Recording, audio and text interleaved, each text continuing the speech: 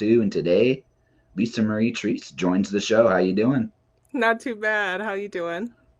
All in all good. I came down with something yesterday. I'm mostly over it. It's got a little bit left in the throat, but that's not too bad, all things considered. So Well, that sounds like we're about on the same page then. Still getting yeah, past the overwhelming feelings of the got hit by a truck booster shot, but I'm getting better. fair enough. Fair enough. So you write, you do comics, you do poems, from what I've been seeing. Yep. So how'd you start? Oh, so I started writing when I was really young. I actually fell in love with it because I fell in love with reading. Um, my mom used to take me to job sites with her. She was a contractor, painting and hanging drywall. And I'd get into everything as a natural toddler. I was about two and a Yes. half. And she was like, what can I do to entertain this child? And she started bringing I think they were called Speak and Say. Okay. And it had a little cartridge that you could put into it, and it would read a story to you as you read. And so by the time I was 3, I was reading at a kindergarten age. And by the Oh time I was in wow. kindergarten, I was reading at a 6th grade level. Time I was in 6th grade, I was like reading college University. level. Yeah. Right, because I loved it so much and I didn't understand what all those levels meant. To me it was just I wanted to be able to read and understand more. And I fell in love with storytelling. I fell in love with the way that I learned how to read because that was really, I think, my first connection to communication beyond talking was sharing stories. Yeah. Fair enough. So what was the so you remember the speaks and says. So what were you reading in kindergarten? Oh, so in kindergarten, I wanted to read a lot of like short chapter books. I wanted to read stuff like Fear Street. And a lot of my teachers were like, no, of that's probably not for you. We think it's a little beyond your level, which actually ended up, pushing me to want to read it more. course So they would. by the time I was 5 or 6, I pushed through pretty much all the Goosebumps books that I could find in my local library. I was onto the Fear Street books. And I had really developed a deep love of like paranormal topics, which I think was strange for your average 5 or 6 year old. And most other Mhm. kids didn't really want to talk about that stuff with me. But yeah, that was it. And then it just got more and more from there. Ah, so you were a Goosebumps person.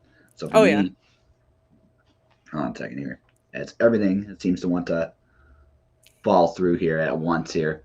Trained professional I am. I totally am.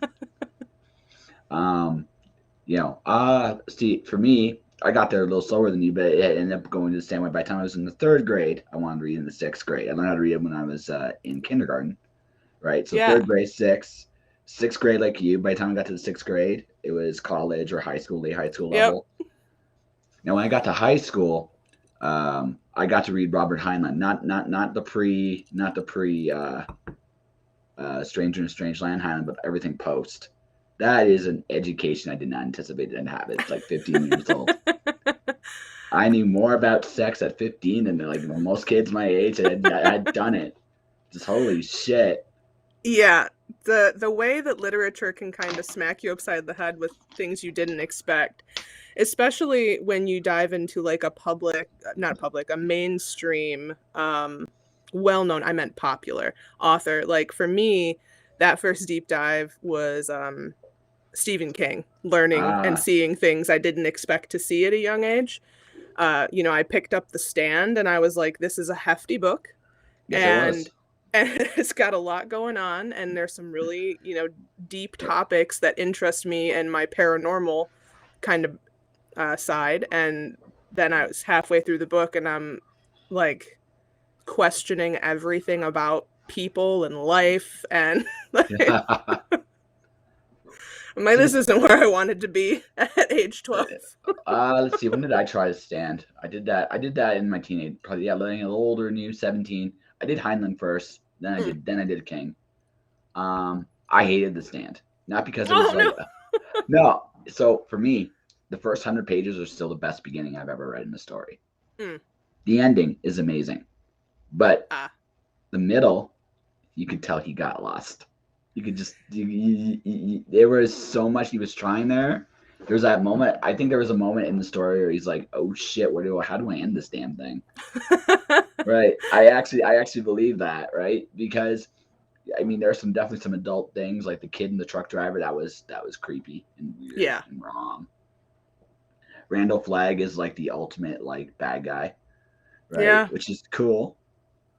But when you look at him, you look at everything that goes on in that book. I think up until the very once they decide to take the fight to him, Mm. right? Once they take it, it gets really good again, and once they Yeah. start, it's really really good. Everything else in the middle is like it's not bad, but it's not but It's it a does. lot of extrapolative story building, which for me, a reader like me, I like all of that kind of, I guess what other readers would question, like, is this information necessary? I'm very much into that. I want to build worlds within worlds of information Mhm. and see things and follow paths that maybe other people don't see. Um, I don't know. I think it connects me deeper to the story.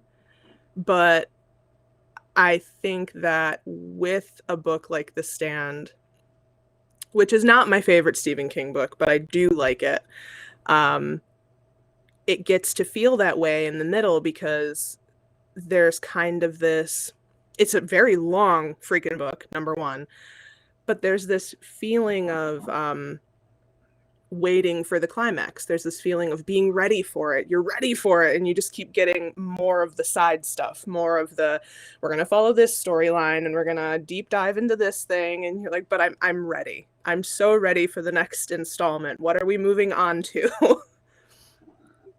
I get it. Well, I don't mind if it's done really interesting. Like if you want to talk a comic book example of that, Mm, Grant Morrison plays with that a mm, lot, mm. right? Now sometimes I think he hits a home run. Sometimes I think, okay, you know what? I think you tried, and I gotta respect people going and doing different things, and I do. Yeah, Um, my favorite Stephen King stuff is his Dark Tower series. I love that stuff, right? yeah, Right. But I also like Doom McKee. I also enjoy Eyes of the Dragon. I also enjoyed I enjoy it when he just goes and tells a story and gets like for him, his sweet spot I think is novellas. Because mm, when he just tells a really nice story, it's yeah, deep. It makes you get very satisfied with his novellas. yeah, I don't technically speaking, there are very few authors as clean as King. Like he's so prolific and so good at what he does mm. that there not no knock, but not every flavor of ice cream is mine. The Stand, Right, right. right? The Stand. I do think there was again some of it was interesting, like uh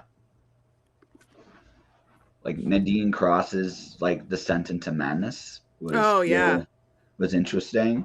yeah, Like definitely. right, the kid was interesting. Simon Moon was really, really interesting. The one person that Flag could not see, which Yeah, is interesting, right? And it's like, wow, this is really, really cool. But, right, and there's a big giant but there. For all the little details that were there, a lot of the things are talking about rebuilding society, the big build up and stuff like that. I do mm. feel like, yeah, I think there was a more direct path to get there quicker. Sure. Yeah, just my opinion. Like I said, what Yeah, the fuck do I know? What the fuck do I know? right. Right? I mean, hey, at the end of the day, it's that author's story to tell, that Yeah, yeah, writer's yeah. Oh yeah, mind, and I want to see it exactly the way they want to tell it. And I might not, like you said, I might not be down for that flavor, yeah. but that's who they are. And that's all Absolutely. I ever want from a creator is exactly who you are. I don't want you to pretend at being somebody else trying to tell a story like someone else, because if you have the gift of storytelling, that means you have stories to tell that are your own. Hmm. Please share them. Like don't pretend to be anybody but you. That's right. Actually, there's a story. Like, there's all kinds of ways to tell a story. One of my stories, I have a drunken narrator. He actually gets drunk and passes out in the middle of the story. I like it. Yes, I like it he because acknowledges it. I've worked as a bartender, so I've been there. You go to a bar, right? You're at a bar. You're okay. If you've been a bartender, you've heard people's stories, and some stories you're like, oh God, this is fascinating. Some stories like, oh God, again, right? Right. And then oh God, again.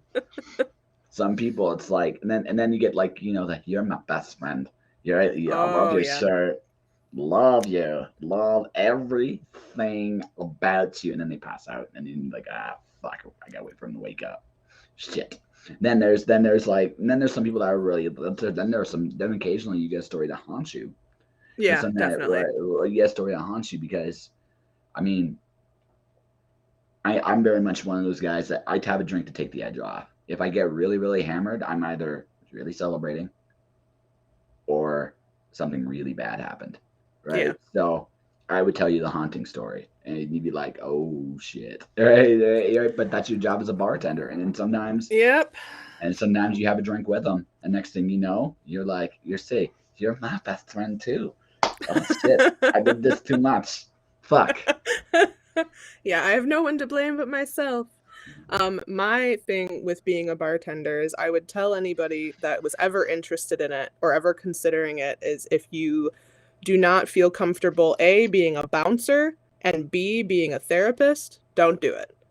Because once people have the drink in them, it's either they're gonna leave content, they're gonna be fine, this is something they do regularly, or they're there to share some sort of emotion that's too heavy for them. And the number of times, and maybe this is being a Midwest thing, like I don't know, but the number of small corner bars that I've been in, and it's the same sea of faces, it's the same stories, it's the same pain, Yep. and everybody wants somebody to listen. And then if you can't listen, or if they're not ready to stop telling their story or stop having their presence be where you are, wherever they feel they need to be, then that's when you need to come out and play bouncer. And uh, that was not for me. I didn't want to Well, do that. well, it gets scary too, right? Because Yeah. again, you need to leave. What the fuck do you mean I need to leave? It's like you need to fucking leave, right? Yeah. Oh, yeah. I had a couple one time. I worked at this place in mid-Michigan area, little bar in a little town, no more than 6,000 people. And this couple lived right around the corner from the bar. They regularly invited me to their house to bonfires and stuff, like, oh, come on, let's hang out. And I never wanted to cross that line because I was like, you live in town, I live in town. Let's not make this a problem. Like, just in case you don't like me after our bonfire hangout.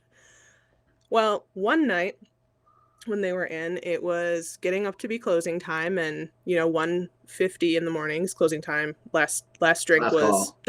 just before 2 at the time. I don't even know what it is anymore. Um and I remember telling the husband, it's like, hey, this is last call, guys. Is there anything else I can get for you? And they both wanted one more drink. So I was like, okay, that's cool. We got about 10 minutes, and rang up their last drink, started closing everything out. They slammed them and wanted more. And I was like, hey guys, we already went through last call. You know what this process is like. And it was cool because we were friendly, but then it wasn't cool. Apparently, something had pissed off the wife that night, and I was a bitch. I was a cunt. I was every nasty word that you could possibly think of, because it was obvious that I was trying to stop her from having a good time. And that's what she kept saying. You just don't want me to have a good time. You're just like the worst. You don't care. You don't care if I have a good time. And I was like, Well, okay. it depends. Like I said, it depends, right? I Yeah. mean, it really does. Like everybody's a roulette wheel, which is why when Mm-hmm. I do drink, it's usually just to take the edge off, right? That's Yeah. it. Because it's a more European perspective. I've had access to booze since I was a child. My parents are Maltese and German, so they Yeah. don't give a shit the same way that people in North America do. They don't. But Right. again, they don't treat it like what we do. Like when we get to No. like 19, it's like, oh my God, we're gonna get wasted. That's Canada. Right. I know that, right? And in the States, I think it's 21, Mm-hmm. right?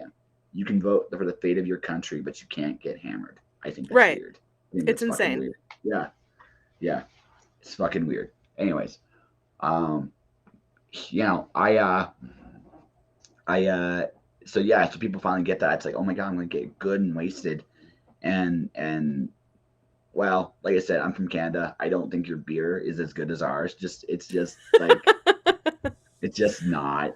Right, our average alcohol content versus yours is like night and day, right? Depending Yeah. on where I live in the mountains too. So if I come down to Nice. something ground level, oh God, I can't get drunk off your beer. I can't. I can't. I don't. I just get like eventually it would get to the point I would just get bloated and call it a day. So I just basically be like, yeah, Honestly, I've never been a beer person. yeah, As I've gotten older, and I think this has a lot to do with the US mindset is like I can't wait to be of age to get wasted, right? It's that weird teenage.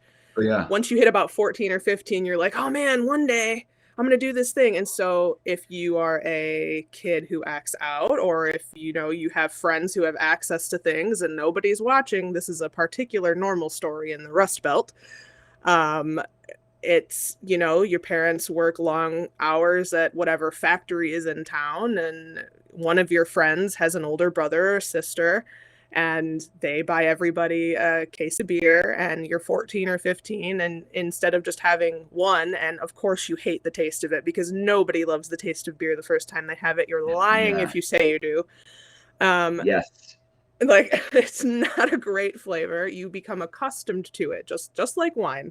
It's something that over time you're like, yeah, I can see what's nice about this, or like the flavor profiles. Nobody when you're 15 is like, yeah, hoppy. No. Like this tastes like ass. That's what you think of the right, first time. Yeah, this this is tastes, horrible, I'm gonna get wasted.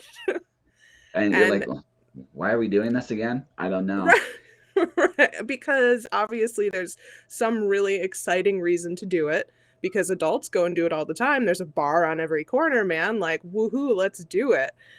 And yeah, it's never been something for me. Like between the age of 14 and 19, I think is when I drank the most in my life because I thought it was this inaccessible thing that you weren't supposed to do because only adults could do it, which of course makes a teenager want to do it more.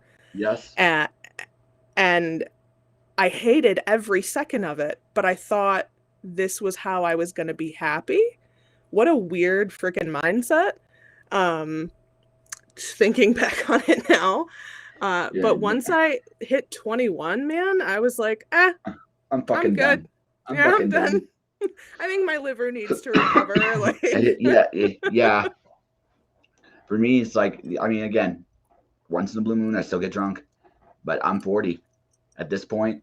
If I get really drunk, it's like, oh, I pay for it the next day. My body goes to me, listen, Josh, you're a fucktard, What the right? fuck? What were you thinking? I Like the wasn't. last, right. God, the last time I had a drink, I had Mm, I'm one of those weird people that doesn't hate the taste of gin. So I had a gin with ginger ale and lemon, and it was maybe a two-finger shot of gin. And the next morning, I was nursing the worst fucking headache. I felt nauseous all day. I was like, this is why I stopped when I was 21, because 35-year-old me is like, bitch, slow the fuck down. whereas me, my last drink, I can still have like again, maybe it's just the Canadian just used to higher tolerance bullshit. I don't know. I don't know. Maybe. Yeah. Maybe I had for Christmas. For Christmas, we had a homemade brew of mead. Ugh. Now, here's the thing. Now up here, it's -40 sometimes, Yeah. right? So brandy and mead and stuff like that are your friends in that weather. It Oh, warms sure. the, it warms the blood right up. Yeah. And so if you want to have that shot to get through the day, especially if you have to go outside, then I don't blame you. I just don't. No, not at all. Yeah, I think yeah, that everybody, how you choose to use a substance is up to you. Hmm. For me, it's as long as you're not hurting yourself or someone else. And who am I Oh yeah. really to tell you how to treat your body? Like, if you want to destroy your body, like, I know people that Well, get blastedly drunk every day, and I'm like, your liver's not happy, man. Like, not and just your your family's liver. not either, but like Well, it's it's the reality of the situation is people at the end of the day are going to do what they want to do. So exactly. you have really two choices. You can be angry at them, but you're not going to change their minds. They've already made up their minds. So Yeah, why are you doing it? And second part, um, the second part about this is when you are in that position, when you are in that point, like again, as a bartender, you might have to be someone's conscience. But yeah, when you're not in that role, you're not. It's not really your business to be that person's conscience. yeah, It's a hard reality. Um, because again, given the opportunity, they're going to do it again somewhere else. It's not like you're right, going to change anything right then, right there. Um, People have to make their own decisions. Like I right. said, for me, it's like I said, when I had it, it's like one drink. That's it. I don't need anything else, right? Because it's again at that point it becomes excessive to me. But Yeah, that's me. Some people it's two shots. Some people it's a little tiny little finger shot, right? yeah, But right. So, in either way, that's fine. Like again, it's all about what you can handle. It's all about what you can do. Like I yeah. said, the drink I can't take it very well is tequila. That one always kicks my ass. Oh, That even if I was only have my a little. drink of choice between like in my 19th year, I would say. That was it. It was whatever I could mix with So, tequila, usually something that was blue. yeah. So is it true what they say about tequila? That it makes your clothes fall off? Yes. No, I mean maybe for some people, but not for me. Yeah. It made me very friendly. Like I Oh wanted yeah. to be everybody's best buddy. And I was super brave about everything. Like tequila was the thing that made me think that I could drink until I couldn't drink anymore. Like tequila was yeah, I can do 12 shots of that with you and end up on the floor of my friend's apartment like I can't feel my legs. Somebody help me feel my legs. Or there's the other one. How did I get to the ground? How Right. did I How am I here? how did I fall down here? I fell down and I can't get up. I'm kind Hmm. of tired, and then you just start snoring. Then Yeah. the next day you wake up and you got a blanket over you, and you're like, so I Laying in guess a I pile of your own drool. yes, It's not a good time. It's not attractive or becoming. It's not it's sexy. right. It's like I don't know what younger me thought. I wasn't doing older me any favors, except maybe teaching me a lesson to not behave that way. what? Um, I've found for a long time, it was alcohol's not for me, and there's really nothing like that gives Oh, me any sort of good positive feelings. But in the last couple of years, I have discovered a balanced, healthy relationship with marijuana that has helped me in a lot of ways. so you marijuana's like, yo, I'll keep you nice and calm and stuff, Yeah. and you're like, sure. And if I Hey, get the bud. CBD and I get the CBD oil, if I have any pains, Yeah. and they go away, they magically go away too. Yeah. Honestly, like, so personal stuff. When I was a kid, I mean, and up until I would say 3 or 4 years ago, I had some very hard feelings about marijuana and about any sort of other drugs because I grew up in a family of addicts. So everyone in my family was either like a diehard alcoholic, which why didn't I associate the same kind of bad feelings with that? I don't know. Or they were addicted to pills, they were addicted to really hard stuff. And that was a difficult situation growing up in as a kid. Just being surrounded by people you were supposed to be able to trust that you You can't. couldn't for pretty much anything. Like, you couldn't trust them to know you had money, you couldn't trust them to get food on the table for you couldn't trust them to help you learn how to take care of yourself. So there were a lot of things I didn't know how to do for myself until I was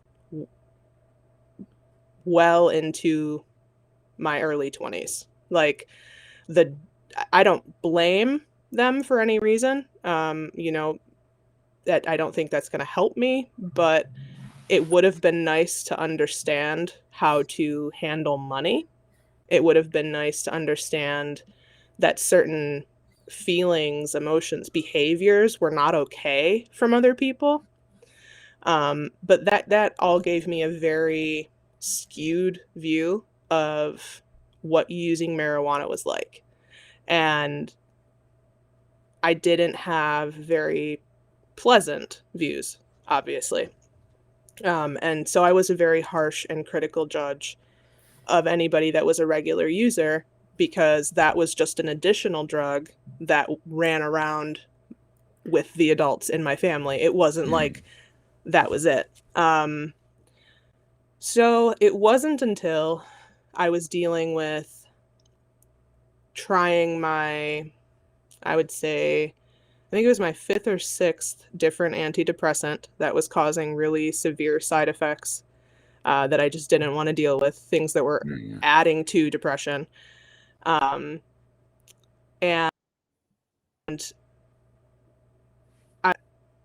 I have to find something else. There's got to be something else that works. And I started reading all of these studies about how marijuana and other substances like psilocybin were very useful in helping with depression and anxiety, because they helped people in what I thought was in what I kind of I would say mockingly thought of for a long time as like eye-opening, mind-altering views. And then I gave it a try because I was dealing with a horrible amount of depression, and I started to show signs of fibro, and there's a whole lot of nothing most doctors will do for you other than, or here in the US, other than prescribe you, an antidepressant, because a lot of antidepressants help with, like Cymbalta is shown to have some sort of assistance with fibromyalgia, but none of that was helping. It wasn't until I started using CBD and THC that I saw any sort of relief from my depression, anxiety, and body pain. So, yeah, that we have a pretty healthy me and pot. Well, basically you hit a point where, which happens to a lot more people in the States, and even up here to some degree as well, wherein you go to a doctor because you trust them to give them something to help you, and nothing's helping. No. So inevitably what happens is you end up looking for your own solutions because you're tired of suffering. That's what it comes down to. And it's really unfortunate. It's the nature of the beast, unfortunately. So for me, I've said this in other places. At the time, my uncle's first wife, she was given this. She broke her foot, and she was given this experimental drug from the doctors to take. This is a very common thing down there. It really, really is. She took it. She ended up being on something like 8 different pills eventually, as a result of the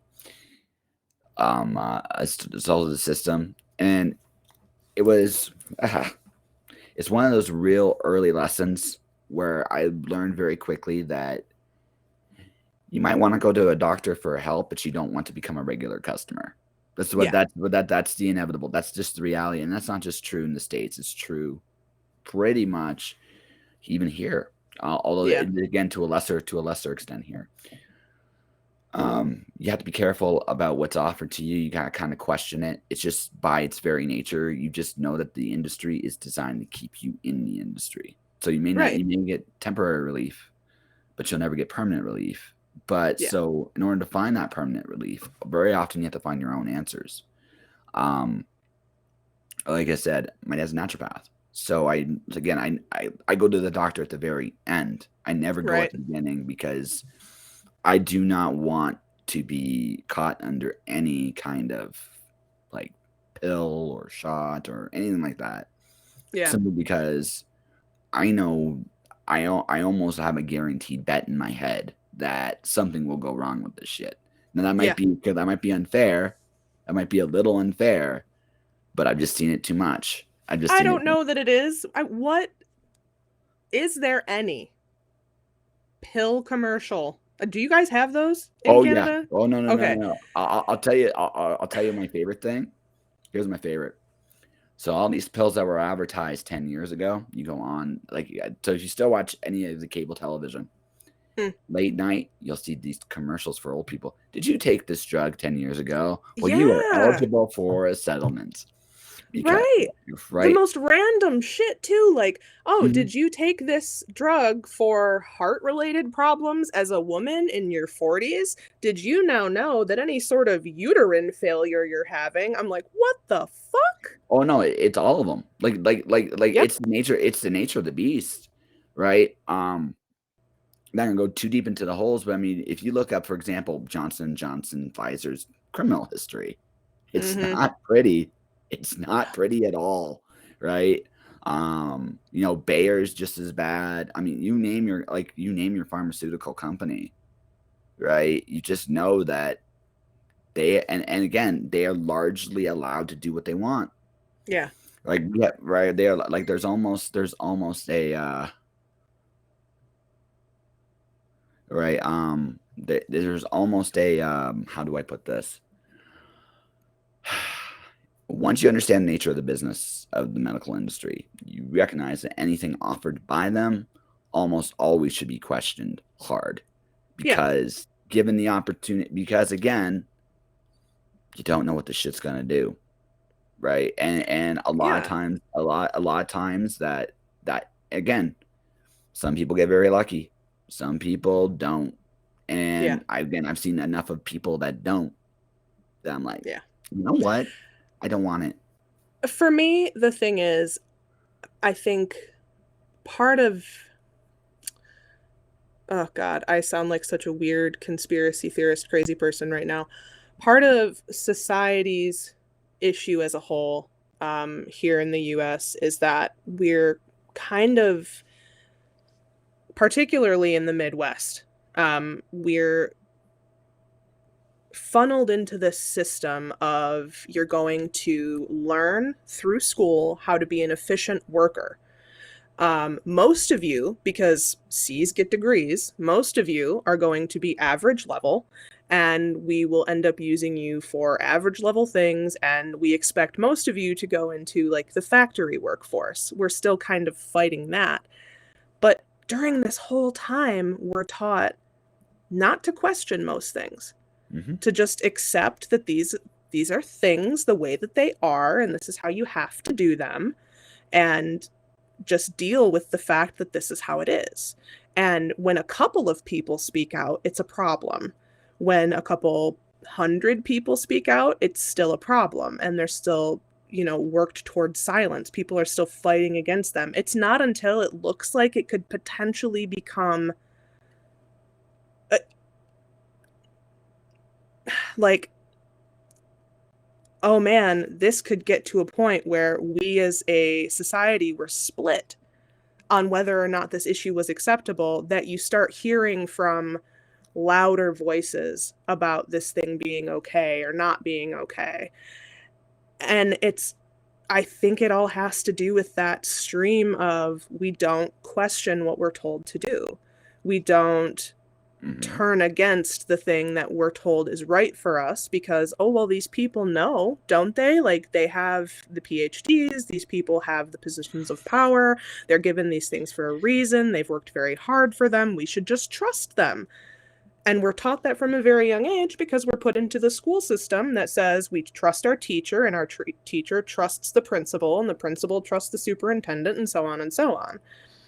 But if we don't question all of these things that we're told, and I'm not saying that these things are always wrong, but it's more important to think for yourself and consider that maybe this person doesn't 100% know what they're telling you either, but they're telling you something they've been told to tell you. And does it hurt to research and to try to learn more? No. I think as long as you keep your mind open and recognize that no one ever has the one true answer for you, that's probably the safest bet in continuing forward in life.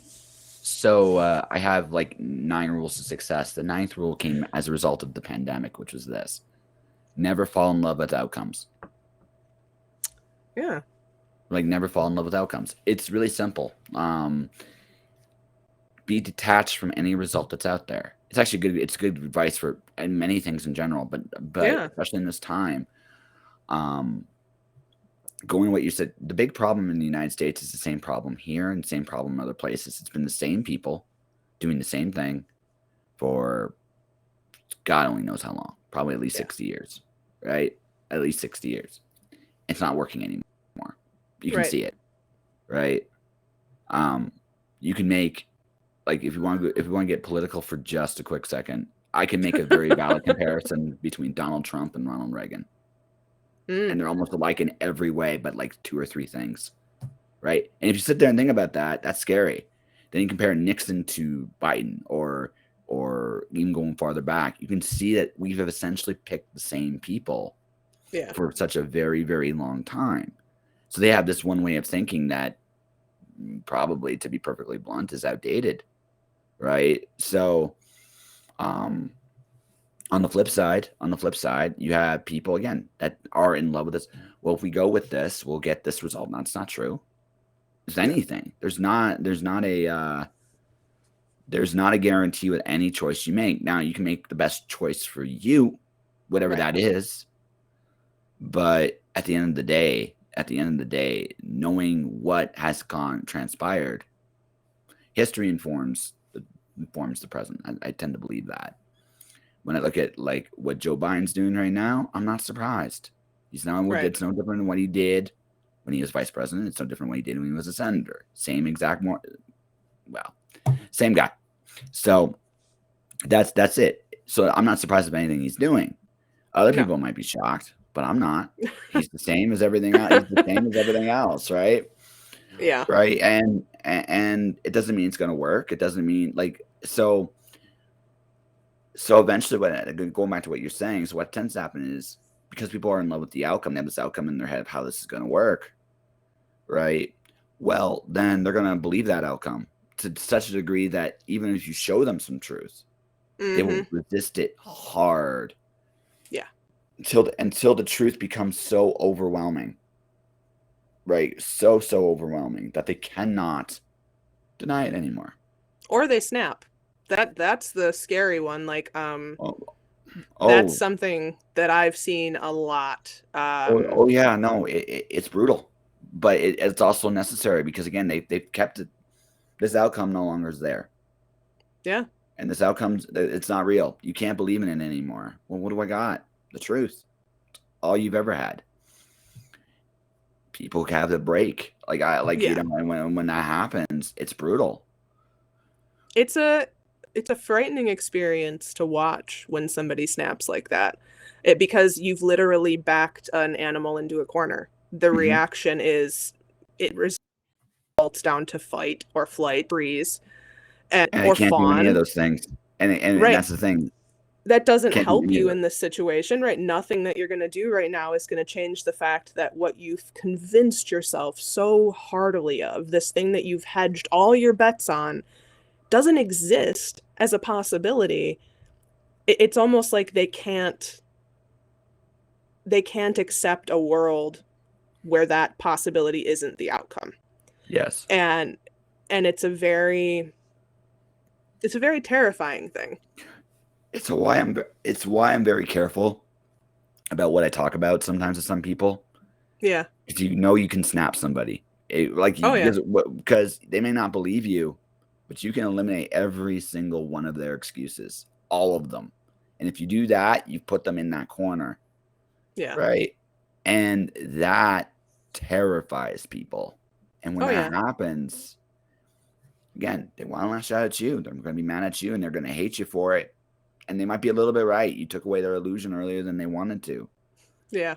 At the same time, right? It depends too what that illusion is, right? Yeah. I mean, sometimes an illusion needs to be shattered. Sometimes, but that's a hard. Again, you're not God. You're not a judge, jury, Right. Is that executioner. my job? Is that my position? Do I have the right? The only for me, the only time that I feel it is just in where I feel I have the right is that if someone else is being hurt by that person's actions, like, is someone in danger? Is someone's life being manipulated or literally destroyed because of this person's specific belief? Then Mhm. I feel like as a fellow human, if I'm not going to protect the people around me,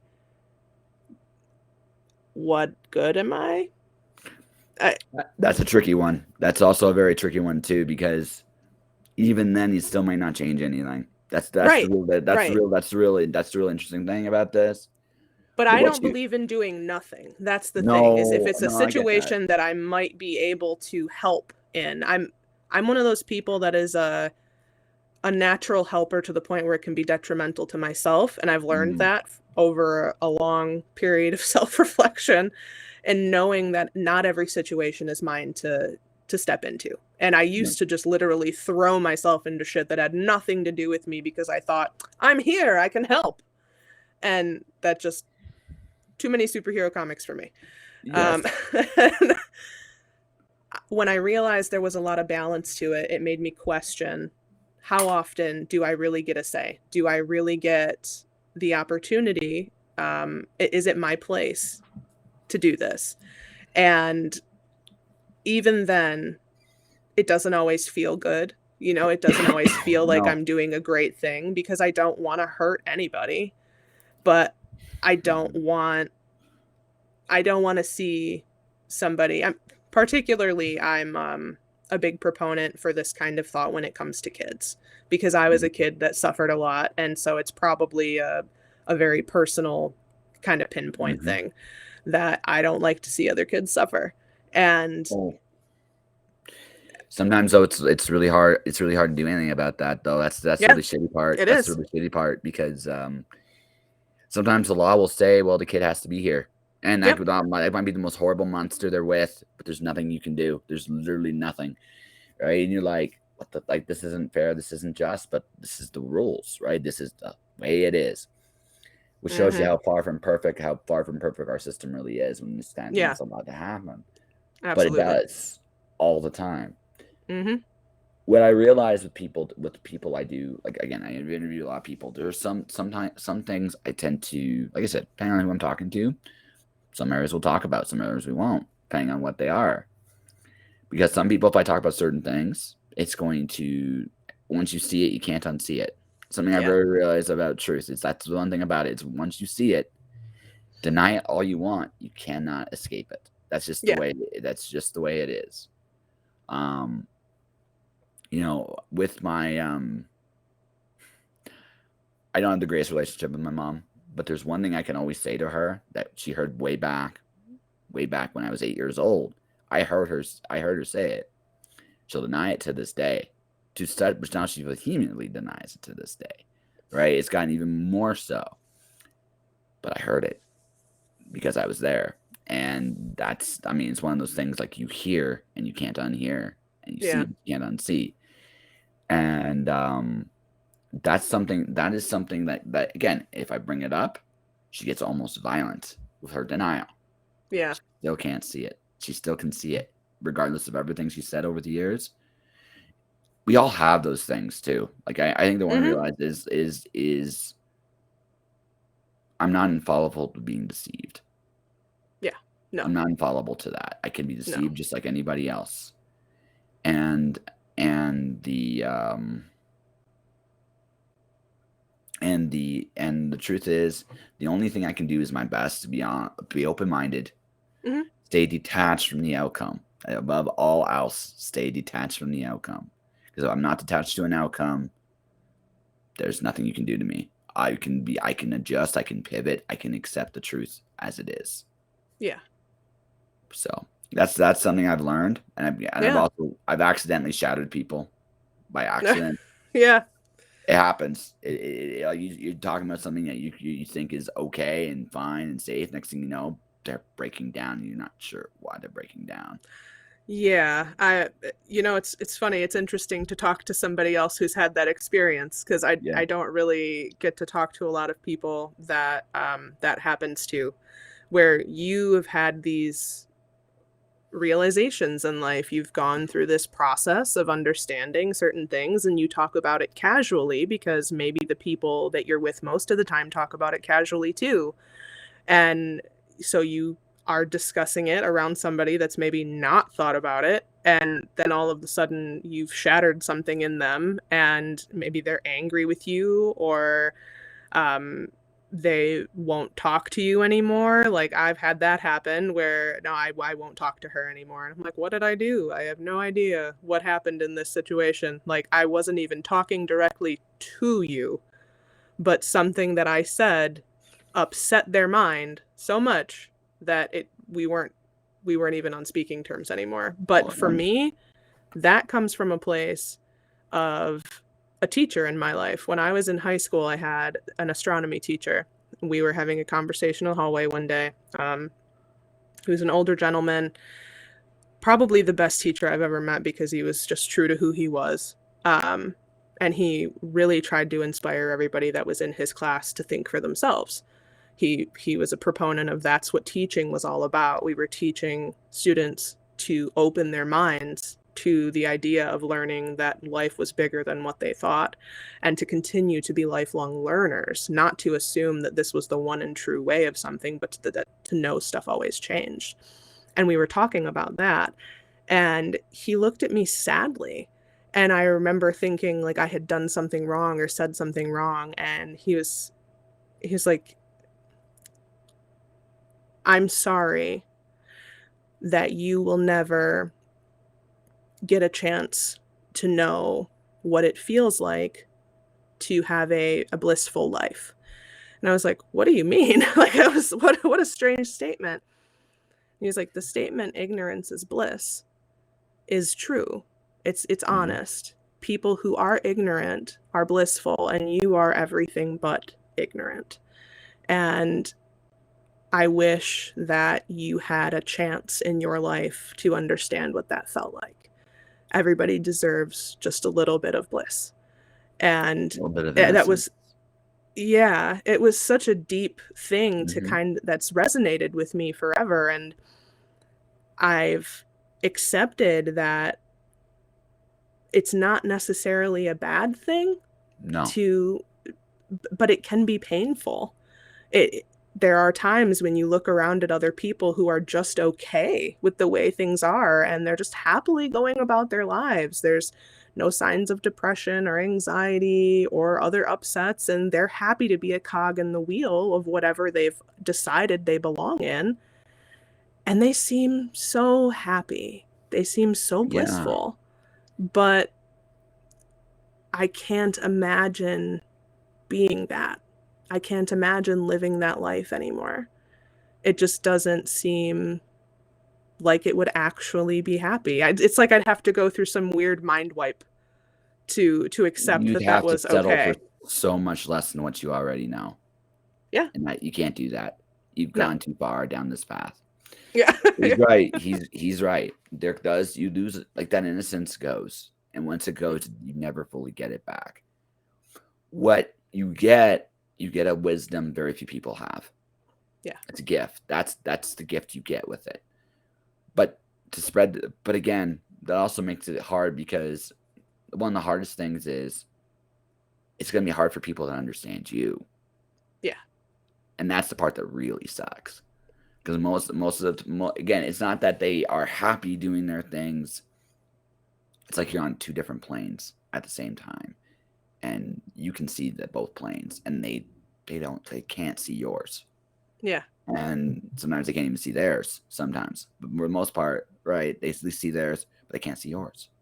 I can't imagine this life, is what they Yeah. would tell you, and you're like, but I can't imagine yours, and that's why I can't do it, and Right. that's and that hits them in a very different way because they're like, Mhm. well, what do you mean? I'm happy. It's like, I know, but I couldn't be. No. That took me a long time to realize that part. Yeah. It's not about what they want or people want. People have a right to want anything they choose to. They can choose to be anything, become anything. Doesn't matter. What matters is why. That's the real question. Is it because they're happy doing this? Then if so, then who are you or I or anybody else to ruin that? Yeah. At the same token, if it's because there's other reasons, like they're scared, confront their fears. That's the thing. There's no right or wrong choices in life. I really don't believe. It's why you do these choices, and that for everybody's a little different, right? And everybody's got to make their own choices based on what they feel is correct for them, right? And that's totally fine. You have to accept that. What makes it tough is, right, not everybody's going to understand your choices. Yeah. And that sucks. That's the part that sucks. But the people that do will get you. It's not many, but the ones that do will get you totally. Yeah. It's an acceptance of feeling like an outsider. Even though that's not what it means. It's not that you are an outsider. It's that you're able to see things that other people aren't. And I don't know, maybe I'm naive about that. Maybe I am an outsider. And that's I just have to be okay with that. Yeah, yes and no. Yes and no. But again, finding people to truly understand you, that's hard. But it doesn't mean that the people that are there don't love you. Yeah. Some of them do. Some of them will love you in spite of everything. They think you're the craziest person in the world. Right. Right? They might think, what the fuck are you doing? I don't know. But does this make you happy? This is the one thing that almost all of them have. Are you happy with this? Yes. Okay. Cool. I don't get it. I don't pretend to get it.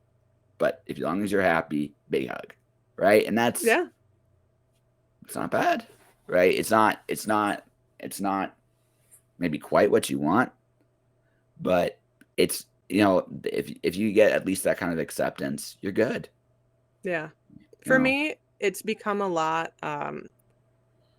about finding the people who are your group, finding the people that can feel that way, but can also understand or want to understand. They want to talk to you about these things. They want to dive deep on the same subjects that you do, or even in just the same realm of understanding that you do. And so there's almost the sense of being on the same plane or the same level. And that's I don't think that that's an uncommon feeling. I think that that's what most people really want. Most people want to be understood. Yeah. When you get at the end of the day, liked or hated, yeah, a little bit, but really it's understanding. Yeah. I think that's for me, that is the make or break of therapy and mental health assistance. Is, do you feel like the person that you're talking to actually understands you? Because if you feel that connection, if it really seems like they understand what I'm thinking, how I'm speaking, they can follow along with me, maybe they can help me unlock these paths that I'm having trouble with because they see me. And that's a really intense and powerful feeling, but I think that's very rare. And I've seen, I don't know, over 10 different therapists, which I know isn't a ton, but in 20 or so years, it seems like a lot. And only 2 of them have ever really given me a feeling that they even mildly understood where I was coming from. And it wasn't just quoting to me out of a book or telling me the things that they thought they were supposed to tell me. And that's very disheartening. For people who not only are looking to be understood, the majority of us, but people who are looking to be understood in a society that tells them that they're mentally sick. So, we can go back to that in a minute. I think the first thing is,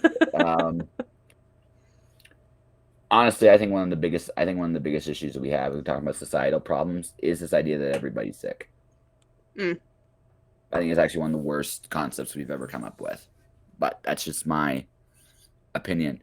That doesn't Sure. mean that doesn't mean that we have all the answers, mind you. But I think having questions, having doubts, having dark thoughts here and there isn't in itself a crime, right? Right. It's part of the human psyche, Yeah, right? absolutely. So, going to your therapist thing, it sounds like 8 of your 10 therapists barely gave a shit. Yeah. Barely They were gave. there for a paycheck, or they thought this was what they wanted to get into, but it really wasn't. And by the time they started having to deal with people on a regular basis, they were already burnt out because Mhm. people are fucking exhausting. Yes. Like, it's that everybody that I have known for more than, I would say, 3 months on a personal level. So either we've worked together side by side, they were a friend of a friend that I saw a lot. I've always gotten that strange moment where they kind of look at me sideways and they go, "You'd be such a good therapist." And I always respond with, "Oh, thanks." And I'm thinking, no fucking way. No. Because people are exhausting. And my advice, my emotional attachment doesn't come in the form of a paycheck. I can't be paid to care about you. Like, my advice and my love and my care for people has to come from a genuine place. Mm-hmm. See, I am going to agree with them, though. I think you would be a good therapist, but here's the thing. I understand because I actually think it's the opposite reason why you don't want to do it. You, my dear, care a lot. You do. Whether you want to admit this or not to me or anybody else, you do. You give a shit. You really, really do. But here's the part about being a therapist that sucks. The absolute part. You are here to listen to somebody. You're not here to fix them. Only they can do that. All you can do is show them the door. Right? Yep. So my thing with you is, see, I think this is what would happen to you. First couple times, you'd come in, you'd be great. Kosher, we'd have a conversation much like this. We'd be bullshitting about stuff, and you'd be like, "This is cool. He's cool." Then I go to you. If I was your patient, I'd be like, "Okay, I got this problem." And you hear my problem. You think about it. You think about it for a little bit. You listen to me some more. And then you go, "I think this. If you tried this would work." Now, if I tried it and it didn't work, you'd be great. You'd be okay with that. It's okay. Let's try something else. But if I said, "I don't really feel like doing that," I think there would come a point that you'd jump the table, you put me in like a chokehold, and you'd be like, "Why the fuck won't you try the shit?" Yeah, and that's what I think. I don't think it's because you don't care. I think that's bullshit if you're going to say that. I think it's because you do care, and you realize that there's a patience concept to being a therapist. Oh yeah. You might not have the patience, and that's I fine. absolutely don't have the patience. Yeah, no. That goes hand in hand with people are exhausting for me. Yeah. So you don't have the patience, but do I think you care? Yeah, I do a little bit. I do a bit. I care in a way that is overwhelming, Mm-hmm. honestly. To the point of, I am the person that cries at all the random stuff. I'm the person that can't read the news for too long. That can't.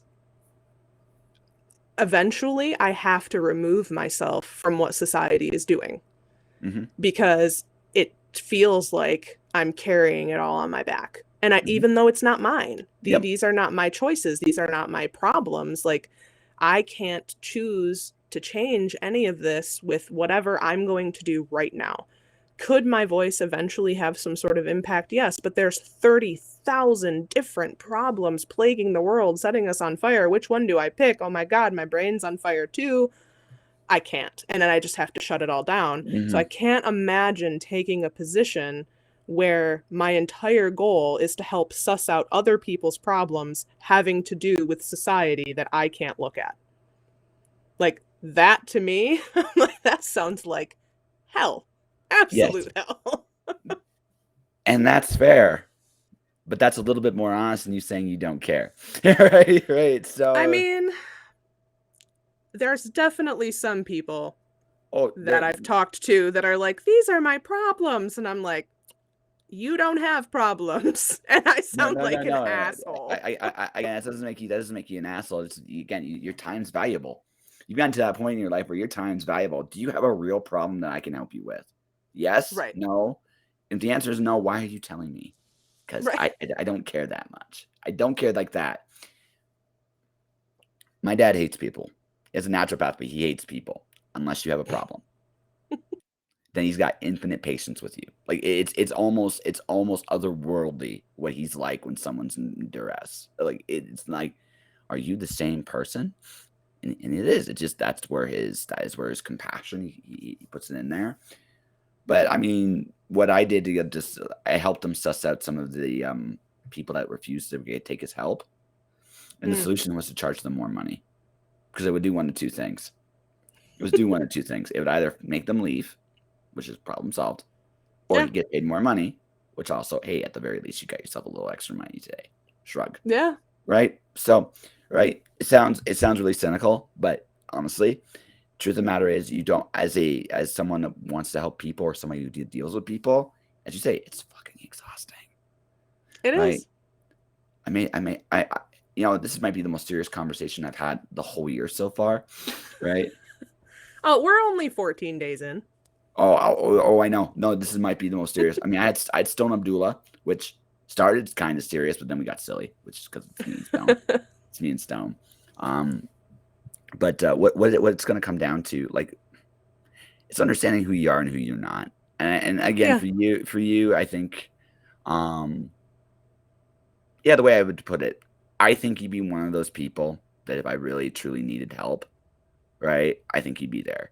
I think you would. Yeah. I also think, though, I better really need help, or like I said, that chokehold thing that will become that will happen. You'll jump, you'll wrap your legs around me, you put me down, and I'll just pass out somewhere, and I'll wake up with the drool.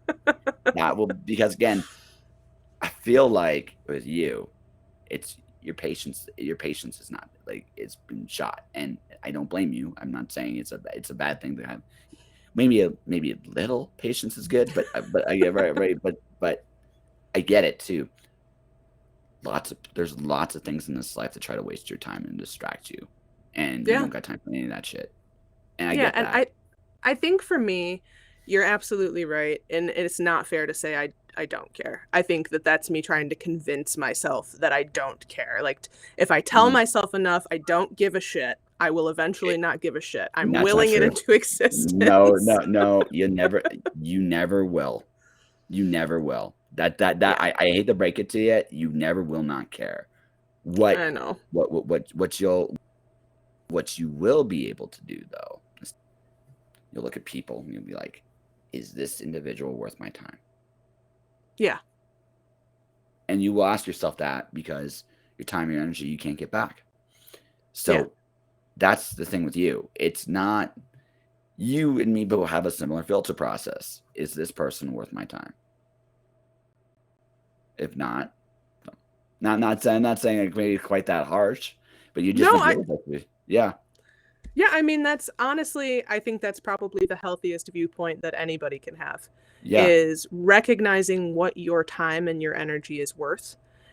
Because a lot of that for me, the reason I'm burnt out with people and people are exhausting for me is because for most of my life, I had no concept of value over my own time. Zero. Who I was and what I was capable of was free and open to anyone and everyone that cared about me, because I grew up in a shitty situation as a kid, and I can psychoanalyze myself all day about that. Yes, someone love me. I promise I will love you back. Yes, I will do anything that you need in order to feel. Big hug. Right. So I had no concept really of how to take care of myself, preserve my own energy, and value me as much as I valued any of these other people. And it's really only been in the last couple of years that I've truly started to understand and balance my energy of others. And it's been very healthy. And I was hoping, right? This is one of those things about not hoping for an outcome. I was hoping that it would take away some of that exhaustion. But in reality, it's only solidified it more. Hmm. That no, you've depleted this capability that you have because you didn't value yourself. And that's not something that you can change. You can't turn it around. You can't fix it because the wheels already ran and the stagecoach left the building. And bitch, this is how it is. Like, you have to deal with this the way it is now.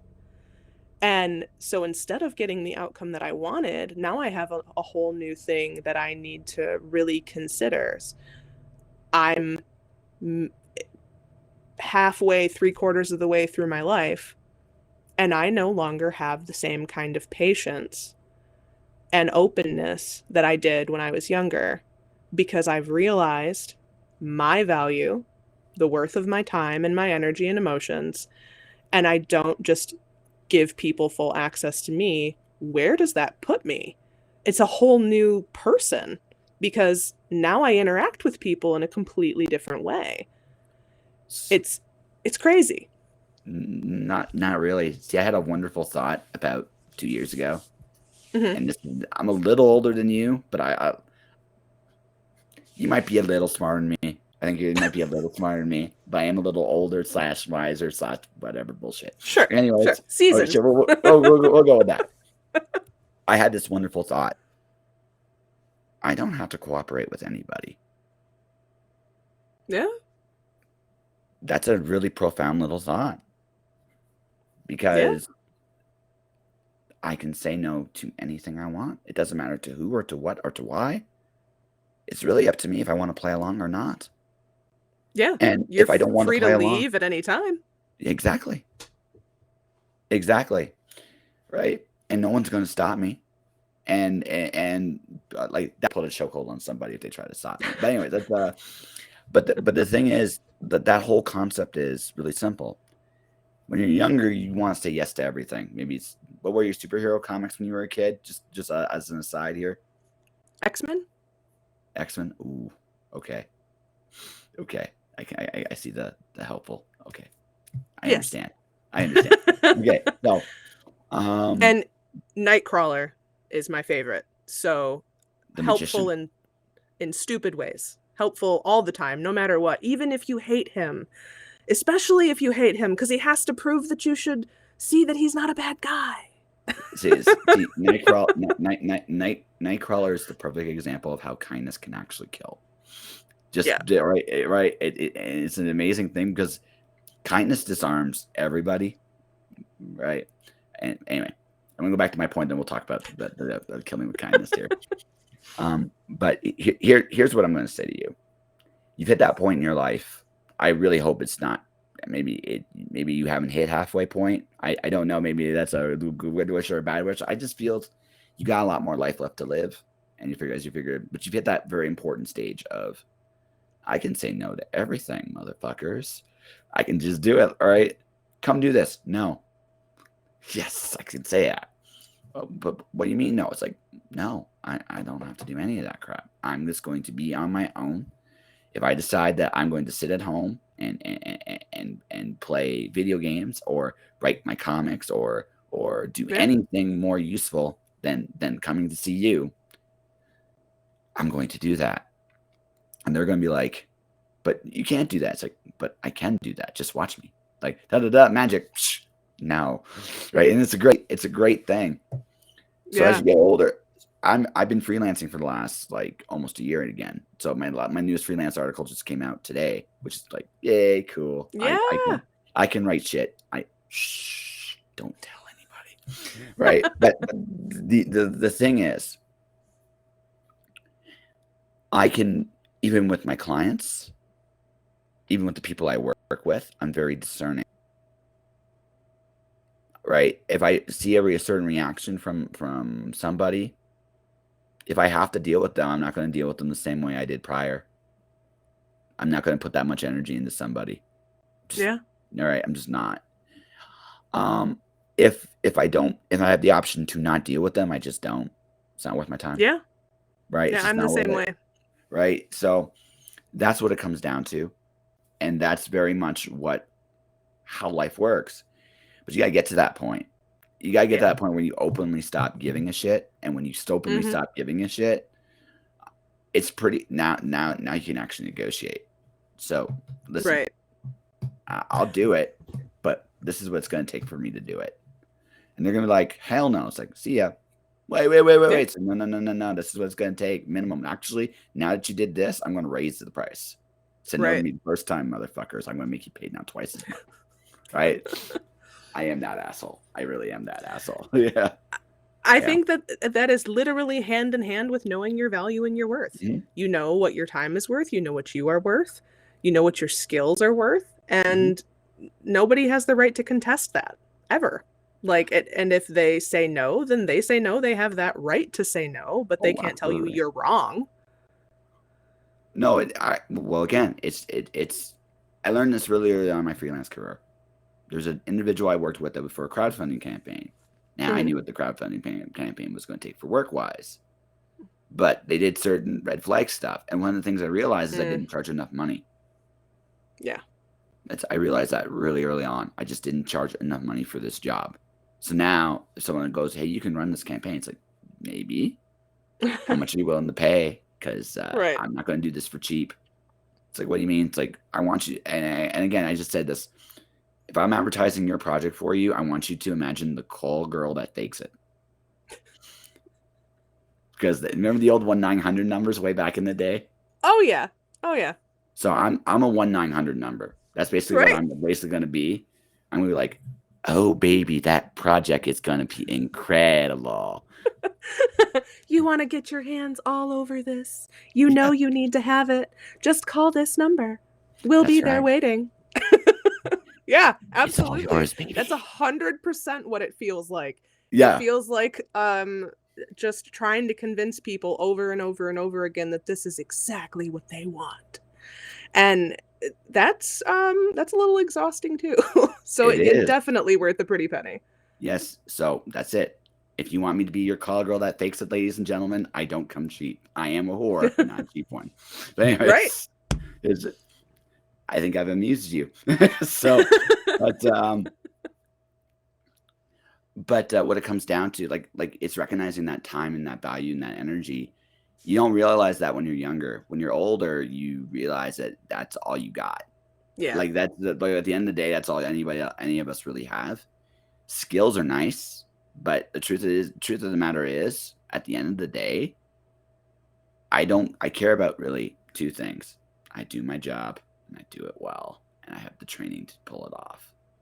Pay me, motherfuckers. That's that, and that's it, right? and that's it. I'm not going to do it for less than what I feel I'm worth, right? Yeah. And that's where I'm at. And no, I totally understand that. Yeah, that's where I'm at. And that might mean I get a lot of no's. I don't need that many yeses. Right.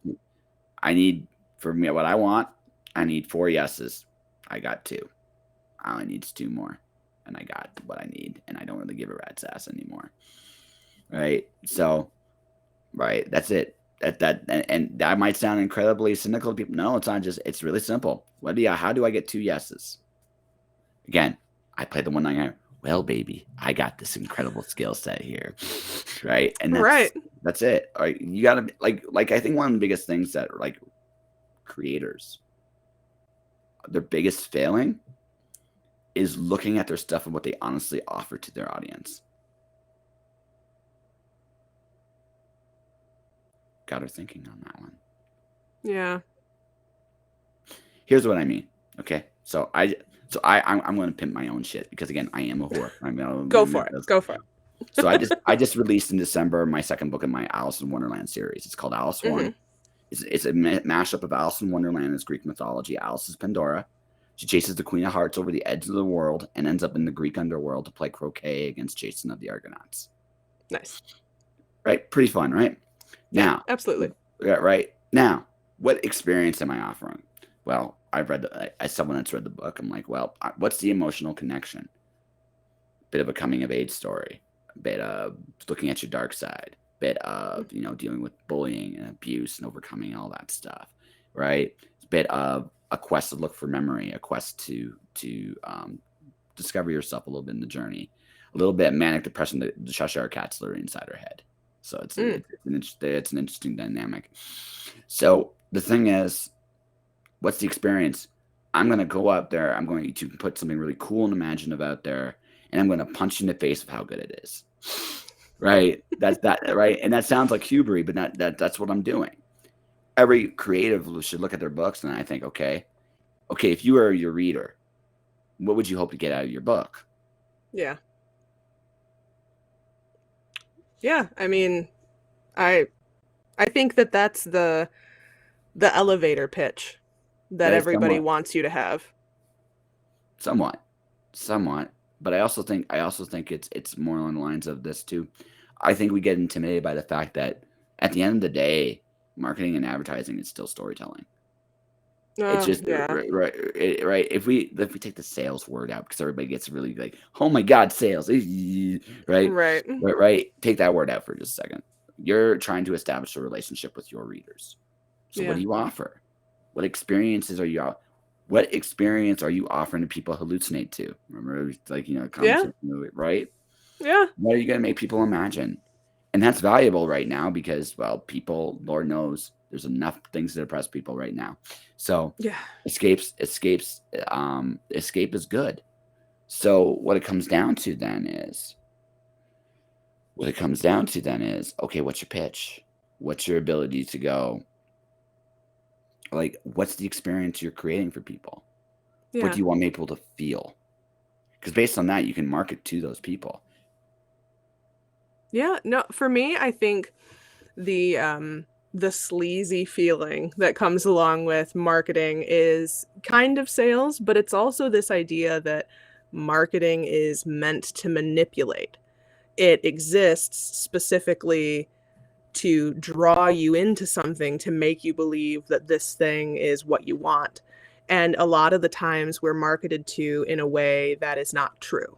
Mm-hmm. And we're taught that that's like the end all be all of what marketing should be, is what kind of buzzwords can you use and how exciting can you make it feel and how much can you beat a dead horse until you draw someone to drink from your water.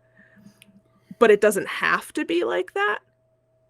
No. It needs to be honest. It needs to be a true portrayal of what you think you have that you're sharing, of what you're trying to convey.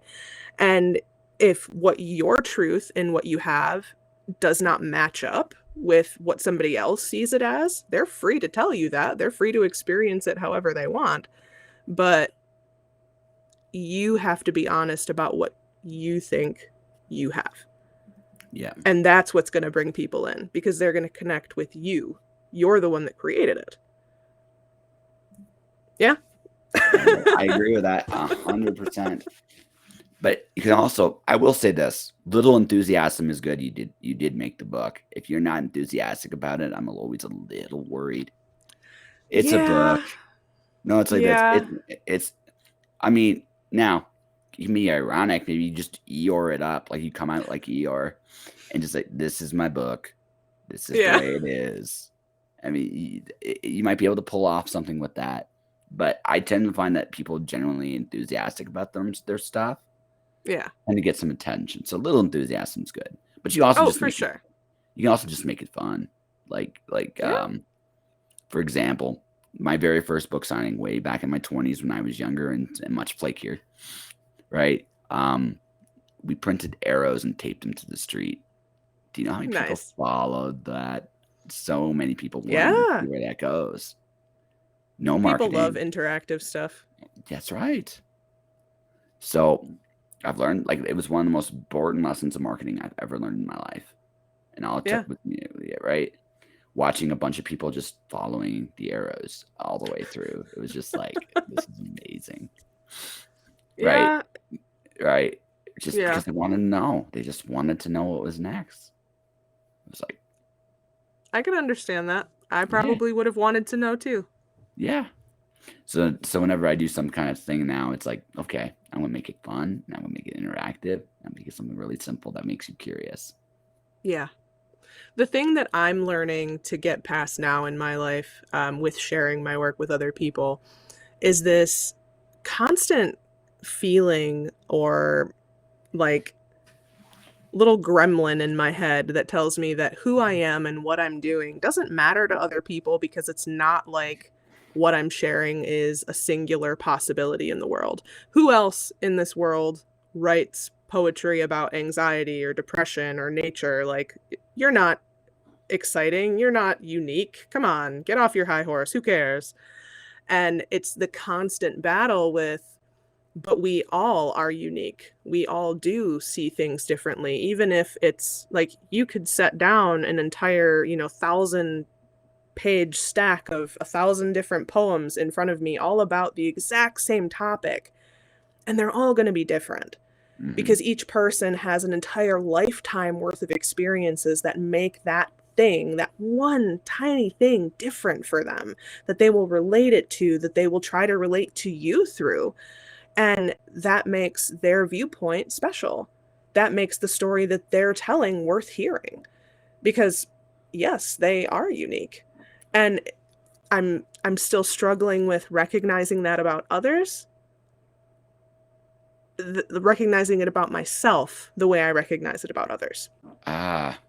You need to pimp slap that gremlin. Like, just like give it a big giant pimp slap. Every time it talks, you pimp slap it. Just like, imagine a pimp slap. Whap. Just whap. just get a coat hanger if you have to. Just pimp slap the thing, right? Just right. Take it very seriously. It's time for some very real abuse. Yes, that's right. That's right. No, just deal with the gremlin, because you said it earlier, even when we were talking about marketing. You're unique. There will never be another Lisa Marie Treece ever. So since there is never going to be another you, then the experiences you record in this life, doing what you're doing, the ups, the downs, the lefts, the rights, is uniquely your own path. So there's no one that can compare to you in one very real sense. Now, much like the rest of us, you're a little crazy because you only have your perspective of how the universe works. And we all, dare I say it, I'm the only sane one here. Right. Right. But I mean, I say it like that because I want you to understand, like, your perspective is you. And it's no story is unique anymore. Right. It hasn't been for a long time. Hundreds of years, dare I say. Thousands? Maybe thousands, but hundreds for sure. Hundreds for sure, right? So in that case, then what do you offer? How you tell it. And how do you tell it? Only through you. That's what makes a story really stand out. Yeah. Right? That's really it. So, like I said, pimp slap the gremlin, right? Definitely. Just start to abuse it a little bit. It might like it, but then just remember, just stop it. but the other thing too is just, Lisa Marie Treece, there's no one else like you in this world. You are a treasure. Aww. Value yourself like the world should value you. Well, okay. She's like, I got nothing. I got nothing to that. I got nothing. Damn it. No, I'll try to accept that nugget, take it with me. Yeah, I hope that's it. That's it. I mean, I'm an asshole with a microphone. That's what I am. Like, I mean, but I want everybody to succeed. And the real truth of the matter is, the real secret is, your job is not to get 1 million book sales. Right. Your job is to do everything you can as possible to succeed. Yeah. So the biggest question. So I have 9 rules. I told you the 9th rule. The 5th rule is get out of your fucking way. So that's a good one. It's so this podcast won an award a lifetime ago, long time ago, and it was cool. But I had my first little bout of imposter syndrome when I was nominated for the award. Yeah, and I won, which is like, wow, I didn't expect that. So, but what I learned in that time was something very valuable. How did I get here? How did I get here? What can I do to fuck this up? And more importantly, how do I keep going? Yeah. You have a very honest assessment of your strengths and your weaknesses, right? And there are things I do that aren't great. So I know what they are. I'm honest with myself about those things. Yeah. There are things I do that are amazing. And I know that, and I'm honest with myself about those things. And folks listening to this, don't worry about it. Don't worry about my perspective on terms of me being a mess up. No one's perfect. And understanding where your flaws are is a good thing. Right? Absolutely. So that little imposter, here's the other thing too. You will start, so as you start to see failure and success, the fear of failure and the fear of success is the same fear. It's a fear of change. Yeah. So if it's the same fear, then it's on both ends of the spectrum. Fear of failure, it will not change. Fear of success, it's all going to change. Fear of success, in my opinion, is far scarier than fear of failure, but that's my opinion. Oh yeah. But here's the crux with you. Your job as a creative wanting to pursue this path, you do everything in your power to succeed in spite of whatever limitations you may have. You work at it, you move towards it, and then on top of that, you understand where you fall short and you try to avoid those things as much as possible. You make sure you do everything you can to succeed, accepting the fact that even in spite of all this, it still might not work out. But at least this way, you won't miss out on any opportunities that come your way. Yeah. Rule 5. Get out of your fucking way. So, that's a good one. I like it. Yeah. I'll keep it with me. Yeah. One of the ways that we talk about that in our house is you become comfortable in your own discomfort. You accept that this is how it is, and to change would become uncomfortable because the discomfort you've created is what you know. It's the devil you know, right? It's that old adage. And the discomfort that you're dealing with on the daily basis, whatever that may be, either it's financial or maybe it's a relationship struggle, you've become used to this. This is regular. It's your everyday discomfort. And if you were to make a change, this thing that you've become used to dealing with would change. And then maybe you wouldn't be able to deal with it anymore. And what would that mean? And that's more frightening than living with the day-to-day discomfort that you've created for yourself. And having that conversation, probably started having it with my kids when they were like 8 and 11. And it's a really interesting conversation to have with kids who, as an adult who is like just learning it and just understanding that about being a human, that we are very scared of change by nature. It's almost just written into us to be afraid of new things. I think that it helped me better understand what that meant in my life to help guide my kids through it. That's it's honestly one of the things that I've come to learn about learning things, is that you can learn as much as you're open to learning. You only really start to master concepts once you're sharing them with other people, because then you have to be able to talk and maneuver your way through them in ways that other people can understand. You have to help them find the capability to see how you see, or see this thing that is important for them. And then it becomes a whole new way of thinking about whatever that thing might be. But yeah, so comfort and discomfort, I'm 100% there with what you were talking about, because that's how we've always kind of talked about it. That's rule 8. Yeah. That's rule 8. Stay uncomfortable. I like it. Life is change. Life is by its very nature change. Yeah. We won't be in the situation tomorrow or the day after and the day after. And at some point, that's going to be create new fears. But but the thing is, and my theme for the year is fear is a door, not a cage. The way out of fear is to face it. Always has been, always will be. Also, I may just in my crazy senior years might be the biggest fear junkie in the world. I've acknowledged that part of myself. But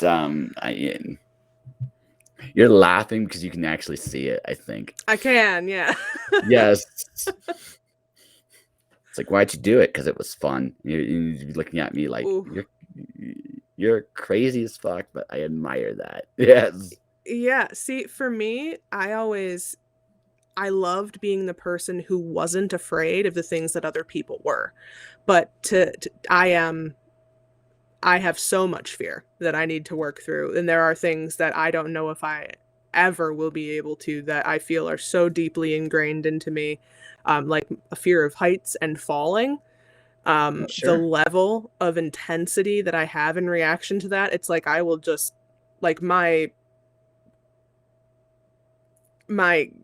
conscious just zoop, and it's all subconscious response, and there's screaming and limbs flailing.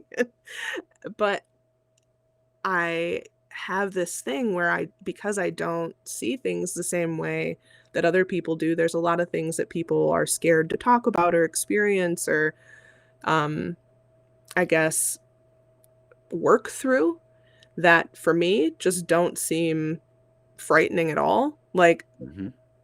I was never weird talking to people about sex ever. Like for me, it Hmm. was just all scientific and understood, and it was an emotional scientific connection, and there was a lot of physicality that went on. And here's why this, that, or the other thing. And so I was this 16-year-old person that other 16-year-old people felt like, oh wow, you must be very well versed. And I'm like, nah, no, I was a virgin until I was 18, but it It's just okay. wasn't. I knew what a Texas Star was at 16. I'm not sure that's a good thing. Also known as the Star of David. There you go. Very Things. nice. Yes. Yeah. Yes. So, yeah, I get that. Yeah. No, some fears are deeply. I had the same fear, so guess what I'm doing? I'm jumping out of a plane because I'm fucking crazy, right? But the thing is, it's just like you're looking at me like unbelievable at the same time. You're like, Yeah. nope, nope, nope, nope. You couldn't do that in the world. But here's the thing. It's not that I'm not afraid. That's not the truth at all. It's because I am afraid. The thing about fear is it's in the moment of pure fear, you're aware of everything.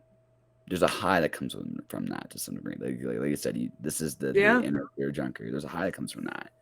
But there's also an awareness. Yeah. Things that truly terrify you, the things that really, really scare you, the things that I've had to learn in my life to face my own good, bad, and different qualities. I'm very honest with myself about who I am. But that came from facing all these dark and unpleasant things about myself that a lot of people never fully explore. Yeah. So to you, I say this: it's because of the fear that I want to do it. It's not in spite of it.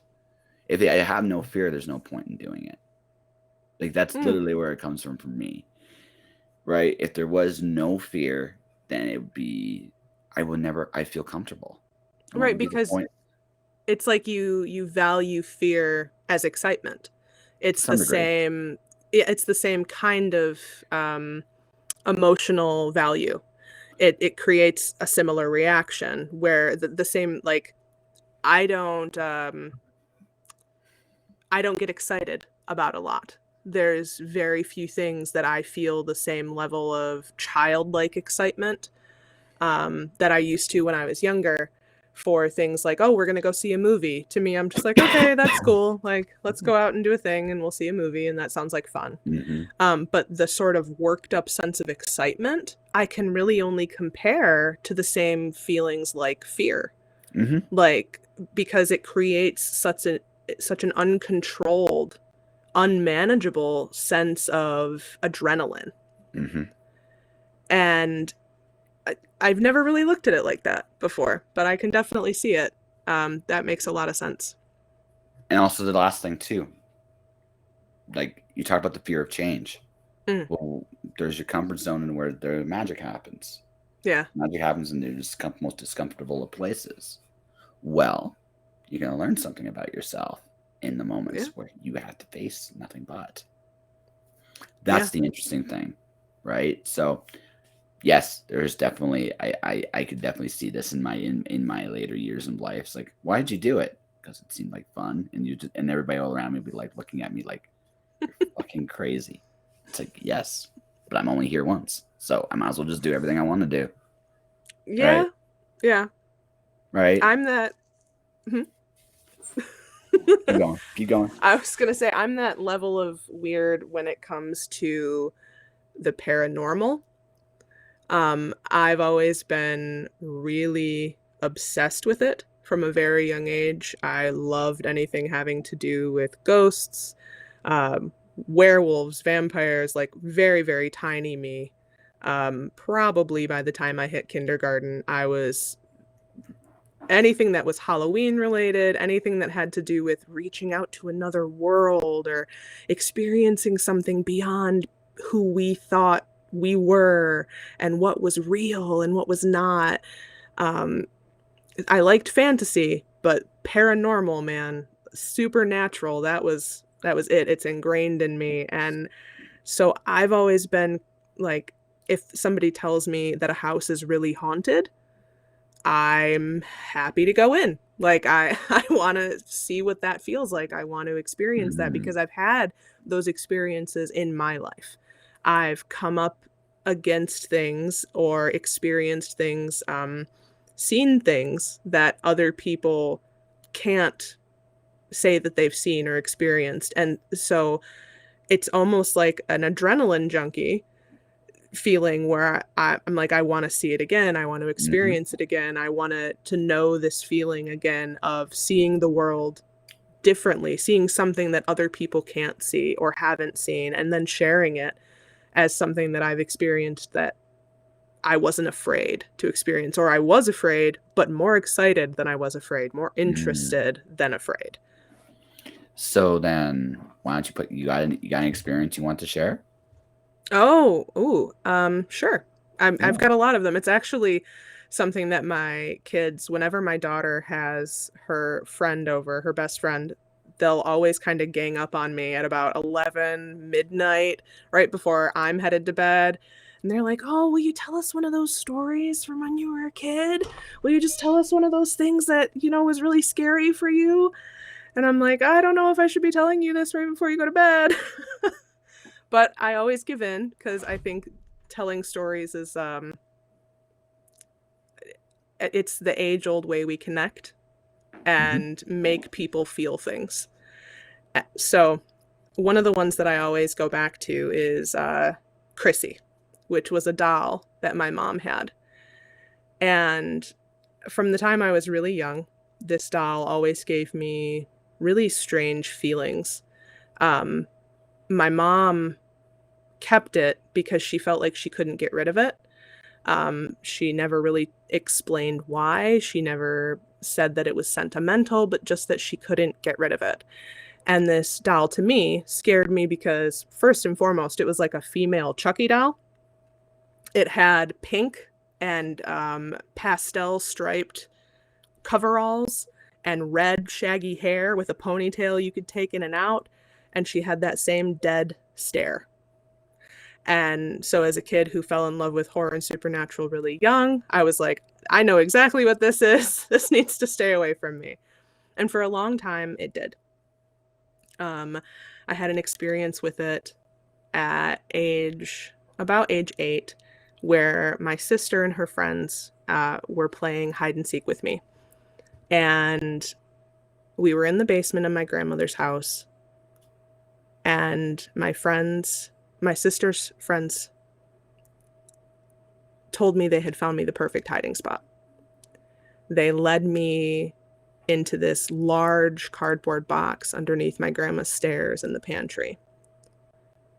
And one of the friends helped me climb in the box and closed the box over my head.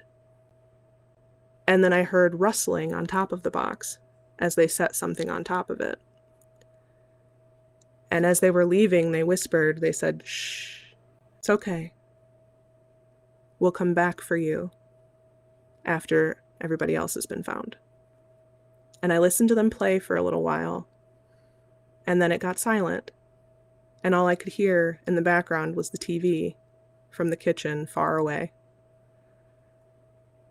And I waited, and I waited, and I remember suddenly feeling absolutely terrified. and I wanted to get out. And I started pushing against the sides of the box, trying to move it, to shift it, and pushing against the lid of the box to try to get it to open. And whatever was on top of it was heavy enough that I couldn't open it. And I reached out in front of me to try to tip the box forward to see if it would knock what was on top off and I could crawl out. And when I reached forward, I grabbed the face of a doll. And I remember screaming, just abject terror, and falling out of the box, something falling on my back, tumbling, landing face to face with this doll on the cold concrete.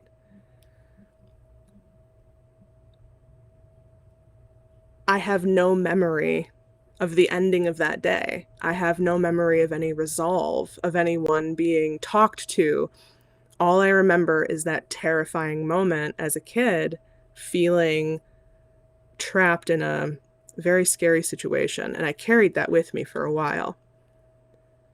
When I was 15 years old, I moved in with my mom at the same house, where she still had the doll.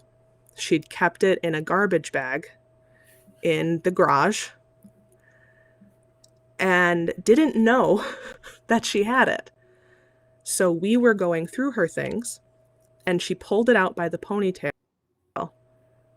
and turned around and held me and said, "Did you want this?" And I threw my hands up. I was like, "Nope, no, you need to get rid of that thing." And she laughed, of course. And she's like, "Okay." She finally consented. She put it in a bag and she put it in the garbage.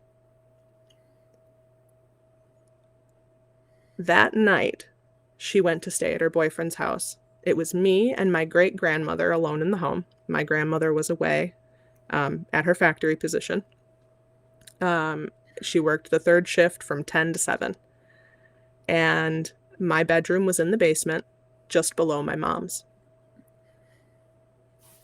At about 11 o'clock at night, I hear noises in my mom's room, and I think, oh, okay, there's a cat trapped up there. So I went up and I opened her door to let whatever animal was stuck in there out, and there was nothing in her room.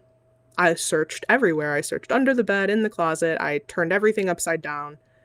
Then I thought, okay, they must have slipped out behind me. I closed the door and I locked it. By the time I got back to my room, I heard the same kind of shuffling, scuttling sounds. And it sounded like dragging claws, hard plastic or hard ceramic on wood. And I listened for a while because I wanted to make sure that it was coming from where I thought it was. I didn't want to feel crazy. So I went back up there and I stood outside the door listening, waiting to see if the noises would continue. And after I had been out there for a few minutes in the quiet, they did. And they moved toward the door. The scraping sound. I didn't feel like I was capable of opening that door at all. So I turned on all the lights in the hall, in the bathroom, in my grandma's room, every light surrounding that room. And I went to the kitchen and I got a knife because, of course, that's going to help me.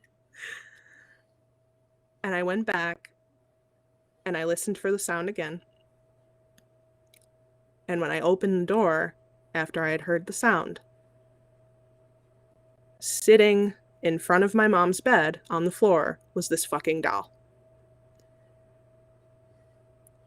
And I started crying. I couldn't breathe. I slid down where I was, and I remember sitting there with the knife in my hands, staring at this doll, thinking this was it for me. Like, this was the moment that thing came to life, and it was coming after me, and this was the end of days. But it didn't move. Nothing happened. And eventually, I thought it was all in my head. And so I picked it up, and I wrapped it in a bunch of bags, and I put it on the kitchen table, and I sat there at the table till my mom got home. Because I demanded an explanation. When she got home, she kind of laughed at me. But it wasn't like she was laughing at my reaction. It was like she was laughing at the fact that I had just realized something. And she told me she'd tried to throw that doll out more times than she could count.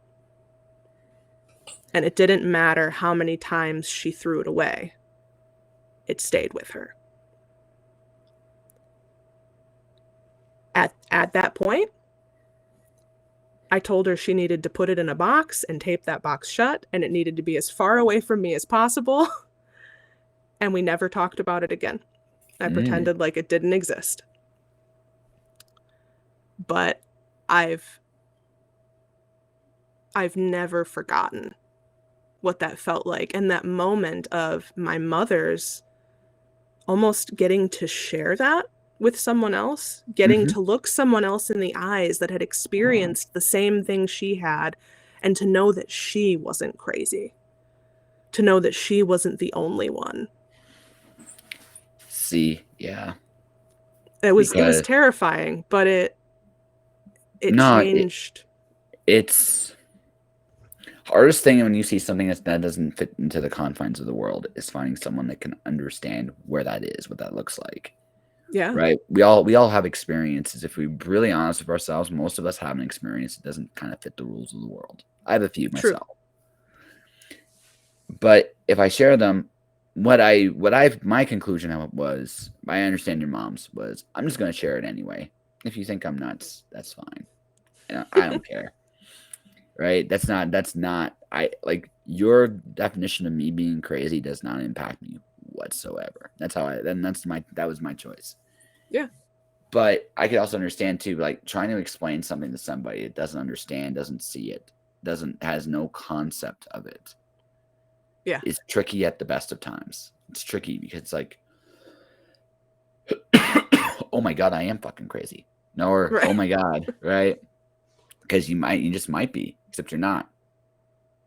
Yeah. Right. There are things in this world that don't follow conventional sense. They just don't.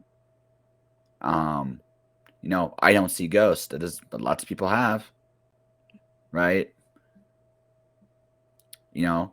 I may have seen a flying saucer, but I'm not 100% sure. Right. So I again, am I crazy? Possibly. Again, do I give a shit? What really is crazy other than experiencing something outside of the norm and other people not believing you, not seeing what you see, or not being able to help you understand it because they can't even begin to fathom it. Like, so this is gonna seem like left field at first. Did you ever watch Yu-Gi-Oh! GX? It's terrible. I have watched Yu-Gi-Oh! Yes. Yes. Okay, so Yu-Gi-Oh! GX, the English version, generally blows. Generally. I will acknowledge this right now. However, in the second season, he fought someone that was communicating with a voice. And everybody thought she was crazy, except for Jaden. Jaden looked at them and said, you know what? So what if she's the only one that can listen to that voice? It doesn't make it any less real to her. Right. It doesn't make it any less real. So who am I or you to say what's crazy? For all we know, she might be talking to a voice. And then what? Then then who are we to judge her? Yeah. This was right in the middle of their duel, and the crowd was turning on it. No. And then when he beat her, you actually got to see who she was talking to, which is kind of cool. Yeah. Like kind of a little reward for it. But one of the things that I've my worst nightmare is being normal. Yeah. My worst nightmare is being normal. My worst nightmare is not having anything beyond what I'm told being my world. The world is a much bigger place than that. Yeah. So I my own personal experiences. I mean, I may have seen a UFO. I know what magic feels like. I've met the shadow of death. I mean, I truly have seen some interesting things in my life. And I haven't seen everything. I think that's awesome because life is a big giant mystery, and not all of them are for me. Now, it took my ego a bit of a beating to understand that. Right. But I came to terms with that. So I don't disbelieve or unbelieve anybody, right? Because what the fuck do I know? At the end of the day, nothing. Right. You're crazy. No, I'm not crazy. I'm just looking at it from practicality. I don't know what they're experiencing. Now, if they are full of shit, there will be some telltale signs a little bit farther down the line that will give them away. Yeah. I interviewed PJ Vernon, and he talked to me about his city being the nuclear testing site, and I just nodded my head. And he was like, wow, I can't believe you just believed me. It's like, it's too much work to disbelieve you. It's just way too much work. Right. If you wanted to pull this on me, good on you. But I don't have any reason to disbelieve you. So why would I not take you at your word? You have to actually prove to me that you're a liar for me to believe you're a liar. So once you prove it to me, now it's almost impossible to get that trust back, because if you're full of shit once, you'll be full of shit again, in more likelihood. Oh yeah. That's just my perspective. I think that's just but you have to prove it. I'm not gonna just give you. I'm not gonna say. I'm not gonna be like, oh, you need to look this. I'm gonna look this up to see if you're absolutely right, because I don't care that much. Right? Yeah. I just, I'm more into the fact that this is a cool story with a mystery. Yeah. Maybe there was a reason for the doll. Like maybe there's a reason there's more to that mystery. Right? Where'd that doll come from? Why can't your mom? Who gave it to your mom? Yeah. Like there's a lot more story to that doll. Maybe another conversation down the road. But that doesn't really matter. But again, it's a mystery, and life is filled with them. Some of them are terrifying. Some of them are awesome. Some of them are a little bit of both. And usually the best ones are. Yeah, definitely. Miss Lisa. Yes. I think we have an interview here. What do you think? Yeah, I think it was good. Yeah. I cracked you up, and I think I did you some good in this episode too. Yeah, I think we had fun. A lot of core truths were shared. It's a good thing.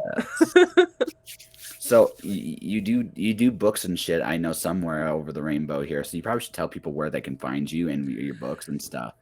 Oh, so you can find my comic book work with my husband Jeremy at crisishour.net. You can find me online at Twitter at tree__madam. That's TREE__MADAM. I know that's a little bit confusing. I've confused myself with it. Oh, okay. Can you say that again a little slower so I can type that in so people can see it?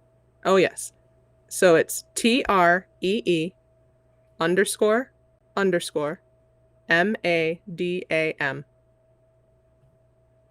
Oh. That's at Twitter. Yeah, there we go. So we can show the world. So you can talk to her about core truths. Just remember, folks, if you test her patience, she'll choke you out. She'll probably choke definitely. You out. Yeah, definitely a master of the chokehold. Yeah. Choke you out. You have a Patreon page too, don't you? I do. That's absolutely true. My Patreon page is just /Lisa Treece. But you know what? I'm saying that right now, and I'm going to have to go check it because I am the worst when it comes to my own information. Trained professionals, right? We are trained. Yeah, trained professionals here. Trained fucking professionals. That's what we are here. Yeah, I believe it's /Lisa Treece. Patreon.com/Lisa Treece. Yes, that's the truth. I'm 100% knowledgeable about my own things. It's straight up there. Let me do that again. There it is. That's me. That's where you can find most of my stuff on my Patreon. I talk a lot about the novels that I'm working on. Right now, it's a novel focused on the paranormal and mental health. So 2 things that I'm very close with in my life and that I know a lot about. Very honest from me. So if you want to follow along on a journey with that, I talk about it there. And I also share a lot of my photography and my poetry, and I talk about my comics too here and there. So it would Go be check awesome her to out. see you guys. Yeah. So this is Marie Treece. Definitely a fun little chat. Little deeper than I thought we'd go. We went from I'm your best friend, man. Nice shirt. To like deep and dark dives into like mental health, and we did a little paranormal, mostly her stuff. I've done some of my stuff before in the past. If you guys want to listen to previous episodes. That all said, thanks for watching. Thanks for listening. Before you go, Mirror Publishing right now. Give me a second here. Again, trained professional. Oh yeah. Yeah, because I do this for currently has a little special. They're sponsoring the podcast for them this month here, so I'm just gonna put this up. If you go to mirrorpublishing.com, their anthology Far Far Away is on sale. Put in code Joshing, 20% off. It's a nice little anthology of short stories for anyone that's interested in that. Definitely check them out. Beyond all that, I do have a book out myself. You know, I almost remember to be prepared. Almost. She's like laughing because we all have the same thing. It's like, yes. I can hear. Copy paste is your friend, ladies and gentlemen. It really, really is. This is my latest release, Alice 1. Alice plays croquet against Jason the Argonauts. I mentioned it in the show. It's a little bit, especially if you like Carl Jung, if you're into like shadow stuff, this is definitely one of those things. You'll enjoy that. It's epic poetry, illustrated by Kenzie Carr, written by yours truly.